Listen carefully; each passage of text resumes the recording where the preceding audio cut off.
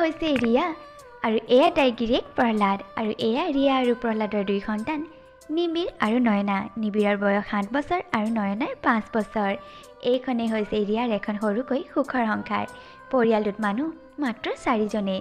ৰিয়াৰ শাহুৱেক শহুৱেক বা আন কোনো পৰিয়ালত নাই। আজিৰ পৰা প্ৰায় 8 বছৰ আগতে ৰিয়া আৰু প্ৰহ্লাদৰ বিয়া হৈছিল।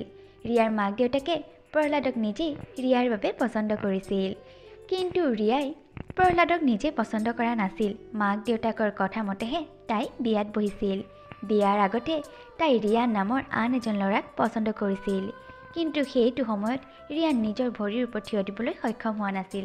সেয়েহে পঢ়া শুনা শেষ কৰাৰ পিছত মাকহঁতে প্ৰহ্লাদক ৰিয়াৰ বাবে পচন্দ কৰিলে। প্ৰথমতে ৰিয়াই বাধা দিছিল, কিন্তু পিছত ৰিয়ানো যেতিয়া ক'লে যে এতিয়া ৰিয়ানে তাইক বিয়া কৰাব নোৱাৰে, তাৰ লগত বিয়া হ'বলৈ তাই আৰু কমেও 4-5 বছৰ অপেক্ষা কৰিব লাগিব। সেই কথা তাই মাক দেউতাকৰ আগতো কৈছিল, কিন্তু মাক দেউতাকে তাইৰ কথাত মান্তি নহ'ল। সেয়েহে উপায়হীন হৈ তাই প্ৰহ্লাদৰ লগত বিয়াত বহিব লগা হ'ল। কিন্তু প্ৰহ্লাদক তাই মনৰ পৰা কোনোদিন পচন্দ নকৰিলে, কিন্তু প্ৰহ্লাদে আকৌ তাইক দেখাৰ লগে লগে পচন্দ কৰি পেলাইছিল আৰু সেইদিনাৰ পৰাই তাই যেন তাইৰ জীৱন হৈ পৰিছিল। এতিয়া এই সৰু সুখৰ সংসাৰখনত প্ৰহ্লাদ তাইৰ লগত খুবেই সুখী, কিন্তু ৰিয়া হয়তো মনৰ পৰা এতিয়াও প্ৰহ্লাদৰ লগত সুখী হ'ব পৰা নাই। তেনেকৈয়ে দিন পাৰ হৈ গৈ আছিল।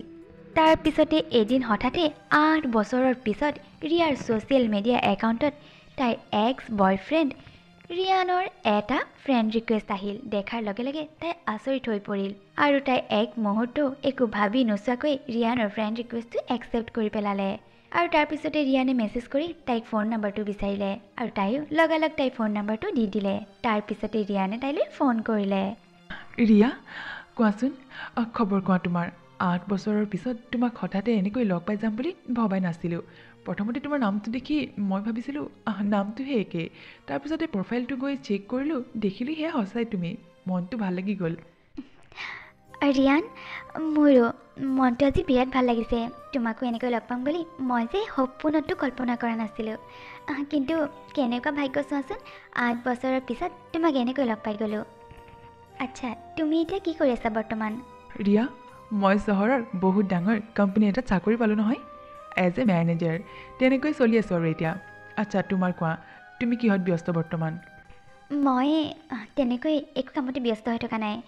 মোৰ কি আৰু, ফেমিলিৰ লগতে ব্যস্ততা। ৰিয়া, শুনা না, এনেকৈ আৰু ফোনত কিমান কথা পাতিবা? ইমান দিনৰ পিছত লগ পাইছোঁ। এটা কাম কৰোঁ, তুমি কাইলৈকে মোক লগ কৰিবলৈ আহা নহ'লে। এই যে ডাঙৰ ৰেষ্টুৰেণ্ট এখন আছে চহৰতে, তালৈকে আহা। দুয়োয়ে ৰেষ্টুৰেণ্টত বহি ভালকৈ কথা পাতিম। ঠিক আছে, কাইলৈ তেনেহ'লে তোমাক মই লগ পাই আছোঁ। তেনেকৈ বুলি কৈ দুয়োয়ে ফোনটো কাটি দিলে। লগ পাই আছোঁ বুলিতো ক'লোঁ, কিন্তু কাইলৈতো ছানডে, এওঁ ঘৰত থাকিব, ইহঁতৰ স্কুল বন্ধ। মই ওলাই যাম কেনেকৈ? কিবা এটা বাহানা কৰিব লাগিব।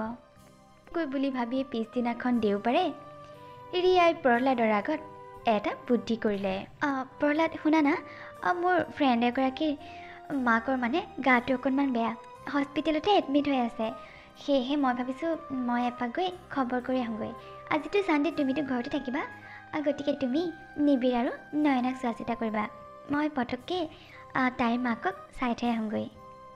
ঠিক আছে, যোৱা। তুমি ঘৰৰ কথা চিন্তা কৰিব নালাগে, মই আছোঁ নহয়, যোৱা। তেনেকৈ ঘৰত মিছা কথা কৈ ৰিয়া আহিল ৰিয়ানক লগ কৰিবলৈ। 8 বছৰৰ পিছত ৰিয়াই নিজৰ এক্স বয়ফ্ৰেণ্ড ৰিয়ানক লগ পালে।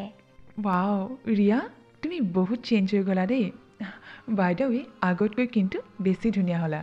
তুমিও আগতকৈ কিন্তু কম হেণ্ডচাম হোৱা নাই আকৌ। আচ্ছা, কোৱাচোন, এতিয়া ইয়াতে থকা নাই? মানে এইখন চহৰতে তোমাৰ চাকৰি নে?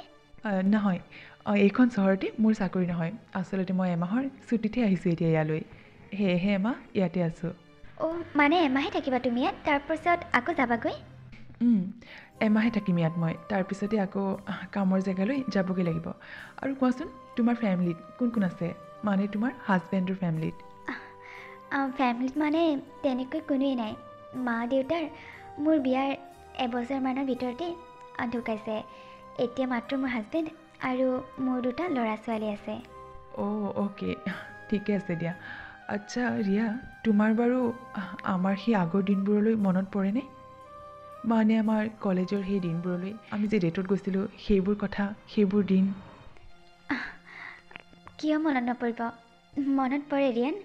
আহ, বহুত বেছি মনত পৰে। কিন্তু এতিয়া সেইবোৰ দিন আৰু অতীত হ'ল। ক'তনো ঘূৰাই পাবা? মনত পৰিতো একো লাভ নাই। আচ্ছা ৰিয়া, তেতিয়াই হয়তো মই ভাল চাকৰি এটা বিচাৰি পাবলৈ সক্ষম হোৱাহেঁতেন। আজি তোমাৰ এই সুখৰ সংসাৰখন মোৰ লগত হ'লহেঁতেন, নহয়নে কোৱাচোন? সঁচাকৈ ৰিয়ান, তেতিয়াহে হয়তো মোৰ সংসাৰখন সুখৰ হ'লহেঁতেন।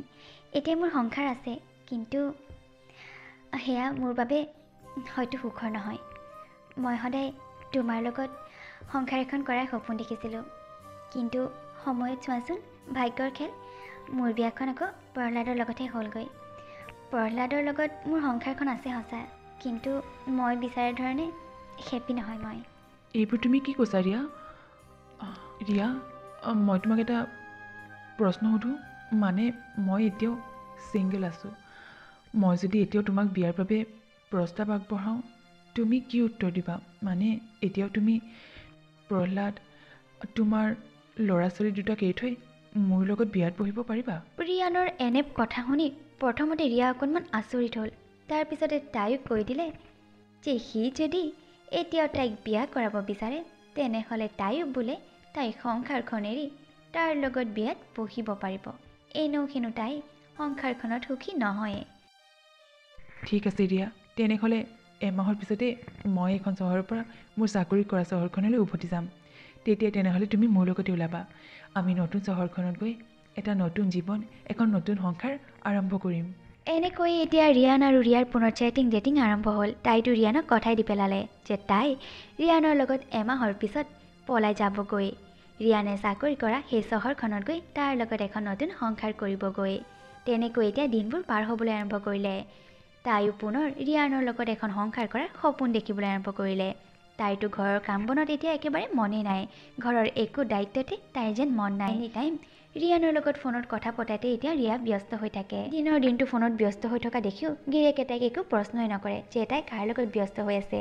আচলতে প্ৰহ্লাদে ৰিয়াক বৰ বিশ্বাস কৰে আৰু সি বিচাৰে ৰিয়া যেনেকৈ থাকিব বিচাৰে তেনেকৈয়ে থাকক, যেনেকৈ সুখী হ'ব পাৰে তেনেকৈ সুখী হওক, মাত্ৰ ৰিয়া সুখী হওক আৰু হাঁহি থাকক। সেয়েহে সিও ৰিয়াক কোনোদিন একো কথাতে বাধাও নিদিয়ে আৰু গালিও নাপাৰে। তেনেকৈ চাওঁতে চাওঁতে এমাহ পাৰ হৈ গ'ল। এতিয়া পিছদিনাখন ৰিয়ানৰ লগত পলাই যাবলৈ ৰিয়া সম্পূৰ্ণৰূপে সাজু হ'ল। আৰু ৰিয়ানেও তাইক আগদিনাই ফোন কৰি কৈ থ'লে যে সিহঁতৰ ঘৰৰ ওচৰৰে পাৰ্কখনত পুৱা 5মান বজাতে আহি যাতে তাই তাৰ বাবে অপেক্ষা কৰি থাকে। সি তালৈকে গাড়ী লৈ আহিব আৰু তাৰপিছতে দুয়োৱে এই চহৰ এৰি নতুন চহৰখনলৈ পলাই গুচি যাব। আৰু কথামতে পিছদিনা 5মান বজাতে ঘৰৰ কোনো হাৰ নাপাওঁতে ৰিয়া মনে মনে ঘৰৰ পৰা ওলাই আহিল। ঘৰত তাই গিৰিয়েকৰ বাবে এখন চিঠি লিখি থৈ আহিল, য'ত তাই লিখিছিল যে তাইক ক'তো বিচাৰি ফুৰিব নালাগে। তাই নিজ ইচ্ছামতেই তাইৰ এক্স বয়ফ্ৰেণ্ড ৰিয়ানৰ লগত এইখন চহৰ এৰি এখন নতুন সংসাৰ কৰিবলৈ নতুন চহৰ এখনলৈ পলাই গুচি গৈছে বুলি। তাৰপিছতে তাই আহি পাৰ্কখনতে তাৰ বাবে অপেক্ষা কৰিবলৈ আৰম্ভ কৰিলে। তাই বহু সময় অপেক্ষা কৰিল, কিন্তু ৰিয়ান নাহিল। তেনেকৈ চাওঁতে চাওঁতে প্ৰায় 5 বজাৰ পৰা 9মান বাজিবলৈ হ'ল, কিন্তু তেতিয়ালৈকে ৰিয়ানৰ কোনো খবৰেই নাই। তাই ৰিয়ানলৈ ফোন লগালে, কিন্তু ৰিয়ানৰ ফোনটো ছুইচ অফ। তাই অকণমান আচৰিতো, ইমান দেৰি অপেক্ষা কৰি তথাপিতো ৰিয়ান নাহিল। এইফালে পুৱা শুই উঠিয়েই প্ৰথমতে ৰিয়াক দেখা নাপাই গিৰিয়েকে গোটেই ঘৰখনতে বিচাৰিলে। তাৰপিছতে হঠাতে তাই চিঠিখনলৈ মন কৰিলে আৰু চিঠিখন পঢ়ি গিৰিয়েক আচৰিত হৈ পৰিল। সি যাক ইমান ভাল পাইছিল, ইমান বিশ্বাস কৰিছিল, সেইগৰাকী পত্নীয়ে তাক এনেকৈ এৰি থৈ, 2 সন্তানক এনেকৈ এৰি থৈ আনৰ লগত পলাই গুচি গ'ল। কথাটো ভাবিয়ে প্ৰহ্লাদে কি কৰিব কি নকৰিব একো ভাবিকে নাপালে। ইফালে ৰিয়াৰ চিন্তা, এতিয়ালৈকে ৰিয়ান কিয় অহা নাই। তাৰপিছতে এবাৰ ফোন লগাওঁতে হঠাতে যেনিবা ৰিয়ানলৈ ফোনটো লাগিল। ৰিয়ানে ৰিচিভ কৰিলে। ৰিয়ান তুমি ক'ত আছা? অথনিৰে পৰা আহি মই তোমাৰ বাবে ইয়াতে অপেক্ষা কৰি আছোঁ। কোৱাচোন কেতিয়া আহিবা তুমি? সোনকালে আহা। ৰিয়া, আই এম চৰি ৰিয়া। আচলতে মই কালি গোটেই ৰাতিটো মই বহুত চিন্তা কৰিলোঁ ৰিয়া। তোমাক মই এনেকৈ মোৰ লগত পলুৱাই লৈ যাব নোৱাৰোঁ। চোৱা, মানে মই এনেকৈ তোমাক এতিয়া পলুৱাই লৈ গৈ বিয়া কৰালে মানুহে কি ক'ব, সমাজখনে কি ক'ব, মোৰ মা পাপাই কি ক'ব? এনেকৈ বিয়া হোৱা মহিলা এগৰাকীক, 2 সন্তানৰ মাতৃ এগৰাকীক মই পলুৱাই নিব নোৱাৰোঁ। ৰিয়া, আই এম চৰি।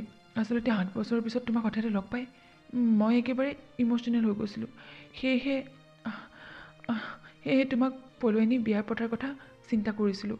কিন্তু ৰিয়া, এতিয়া আমি বহুত দূৰ আগবাঢ়ি আহিলোঁ। গতিকে এতিয়া আৰু আমি সেইবোৰ পাহৰি যোৱা আমাৰ কাৰণে বেষ্ট হ'ব। আই এম চৰি ৰিয়া, মই তোমাক পলুৱাই আনিব নোৱাৰিম। মই অলৰেডি সেইখন চহৰেদি গুচি আহিছোঁ। তুমিও ঘৰলৈ উভতি যোৱা। তোমাৰ এখন সংসাৰ আছে, সেইখন সংসাৰতে তুমি সুখী হ'বলৈ চেষ্টা কৰা ৰিয়া, প্লিজ। আৰু মোক আজিৰ পৰা ফোন মেছেজ একোৱেই নকৰিবা। ৰিয়াই কি ক'ব নক'ব তাইৰ মুখেৰে যেন একো শব্দই ওলাই নাহিল। এতিয়া তাই কি কৰিব? পুনৰ ঘৰলৈ কেনেকৈ উভতি যাব? গিৰিয়েকে যদি চিঠিখন পঢ়িলেই তাই গৈ বাৰু কি উত্তৰ দিব? সেইবোৰ ভাবি চিন্তি তাই ঠিক কৰিলে যি হ'ব হ'ব, তাই পুনৰ ঘৰলৈকে উভতি যাব। সেই বুলি ভাবি কিছু দেৰি পিছতে গৈ তাই ঘৰত উপস্থিত হ'লগৈ। গিৰিয়েকে তাইক দেখাৰ লগে লগে, বাহ ৰিয়া, আকৌ কিয় আহিছা ইয়ালৈ? তোমাৰ এক্স বয়ফ্ৰেণ্ডে কি তোমাক নিবলৈ নাহিল নেকি? এতিয়া এইখন ঘৰৰ দুৱাৰো তোমাৰ কাৰণে চিৰদিনৰ কাৰণে বন্ধ ৰিয়া। এইখন ঘৰত আৰু সোমাবলৈ পাম, থাকিবলৈ পাম বুলি তুমি কোনোদিন নাভাবিবা।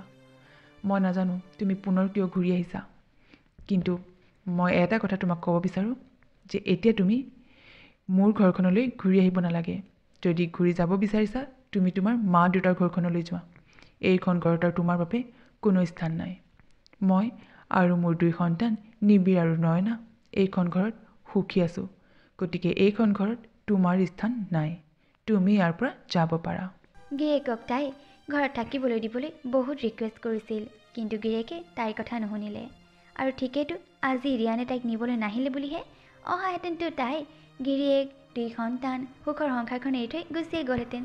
এতিয়া উপায়হীন হৈহে তাই পুনৰ গিৰিয়েকৰ ওচৰলৈ উভতি আহিছিল। তেনেকৈ এগৰাকী পত্নীক আৰু প্ৰহ্লাদে বিশ্বাস কৰিব নিবিচাৰিলে। সেয়েহে তাইক মাক দেউতাকৰ ঘৰলৈ উভতি যাবলৈ ক'লে। উপায়হীন হৈ ৰিয়া মাক দেউতাকৰ ঘৰলৈ উভতি যাবলৈ বাধ্য হ'ল। তেতিয়াহে ৰিয়াই বুজি পালে আচলতে তাই কিমান ডাঙৰ ভুল কৰিব ওলাইছিল, যাৰ ভুলৰ শাস্তি তাই এতিয়া পাইছে। নিজৰ সন্তানকেইটাৰ পৰা, নিজৰ আপোন ঘৰখনৰ পৰা, নিজৰ সুখৰ সংসাৰখনৰ পৰা দূৰ হৈ পৰিল তাই। তেন্তে আমাৰ কাহিনীটো কৰিছে ইয়াতে শেষ। যদিহে আপোনালোকৰ ভিডিঅ'টো ভাল লাগিল তেন্তে প্লিজ ভিডিঅ'টো লাইক, কমেণ্ট এণ্ড শ্বেয়াৰ কৰি দিব। আৰু যদিহে আপোনালোক আমাৰ চেনেলত নতুন তেন্তে প্লিজ আমাৰ চেনেলটো ছাবস্ক্ৰাইব কৰি ছাইডত থকা বেল আইকনটো প্ৰেছ কৰি অল কৰি দিব, যাতে মাৰিবলগীয়া ভিডিঅ'সমূহৰ ন'টিফিকেশ্যন আপোনালোকৰ মোবাইলতো আহে। তেন্তে লগ পাম পুনৰ নতুন ভিডিঅ'তে। তেতিয়ালৈকে বাই।